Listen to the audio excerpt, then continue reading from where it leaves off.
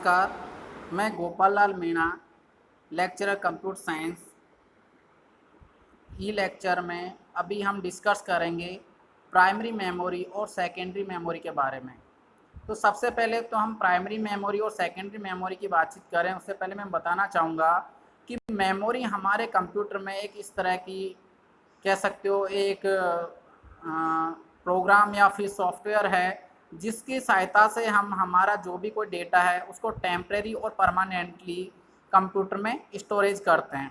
तो मेमोरी है उसको हम बेसिकली कह सकते हैं कि मेमोरी की सहायता से ही हम हमारे कंप्यूटर है उनमें किसी भी डेटा को टेम्परेरी और परमानेंट स्टोर करने के साथ साथ हम इसको मुख्यतः दो भागों में विभाजित करते हैं। मेमोरी को हम मुख्यतः दो भागों में विभाजित करते हैं। उनमें पहला है हमारे पास प्राइमरी मेमोरी और दूसरा है सेकेंडरी मेमोरी। तो ज़्यादातर एग्जाम में आप लोग क्वेश्चंस देखते होंगे तो हमारे वहाँ पर क्वेश्चंस भी आते हैं कि what is the difference between primary and secondary memory, और कई बार हमारे पास वहाँ मेमोरी के सब पार्ट्स होते हैं तो उनमें भी हमारे वहाँ पर डिफरेंस पूछ लिए जाते हैं। तो अभी हम बात करते हैं प्राइमरी और सेकेंडरी मेमोरी के मेजर जो डिफरेंस हैं उनके बारे में। सबसे पहले primary memory is working memory of computer, all the programs are executed in this memory. अर्थात जो प्राइमरी मेमोरी है वो हमारे किसी भी कंप्यूटर में समस्त प्रकार के प्रोग्राम को एग्जीक्यूट करने के लिए उपयोग में ली जाती है। Secondary memory is non working memory of computer, it is permanent storage for programs and data. जो हमारे सेकेंडरी मेमोरी है वो कंप्यूटर में हमारे कार्य करने के लिए उपयोग में नहीं आती है, लेकिन जो इसके अंदर हमारा डेटा है वो परमानेंटली स्टोर किया जाता है, चाहे वो हमारे प्रोग्राम्स हो या फिर किसी भी प्रकार का डेटा। सेकंड, जो major part of primary memory is volatile memory, the contents of this memory are lost when power supply is cut off. अर्थात जो हमारे प्राइमरी मेमोरी है उसका जो सबसे मेन पार्ट है वो है हमारे पास रैम, जिसे कि हम रैंडम एक्सेस मेमोरी कहते हैं।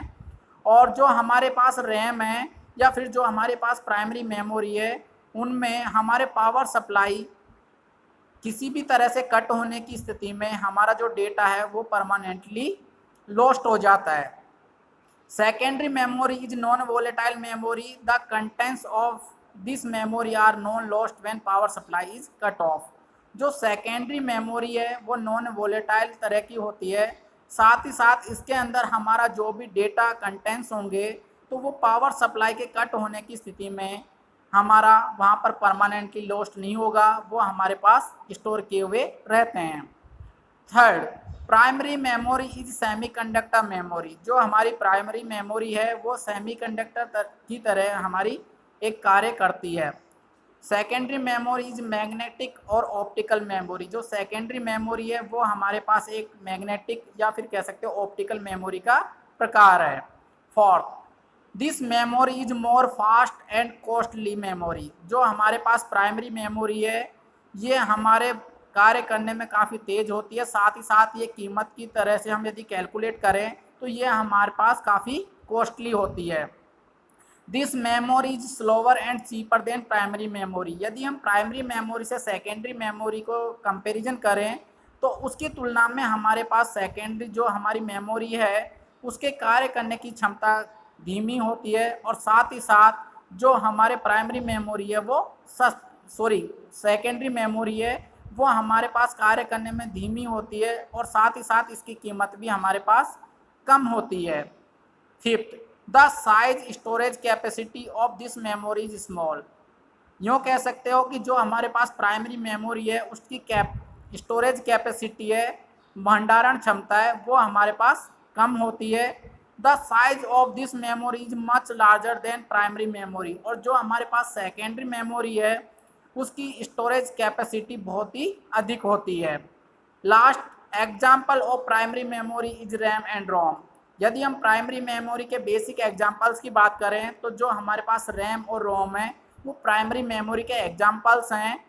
और जो हमारे पास example of secondary memory hard disk, CD, DVD, pen drive इत्यादि। यदि हम सेकेंडरी मेमोरी की बात करें तो सेकेंडरी मेमोरी में हमारे यानी कि एग्जाम्पल्स है hard disk, CD, DVD, pen drive इत्यादि। कई बार एग्जाम में आप लोगों के सामने क्वेश्चंस भी निकल के आते हैं कि जो हमारे प्राइमरी मेमोरी के सब पार्ट्स है रैम एंड रोम, उनमें भी क्या डिफरेंस है।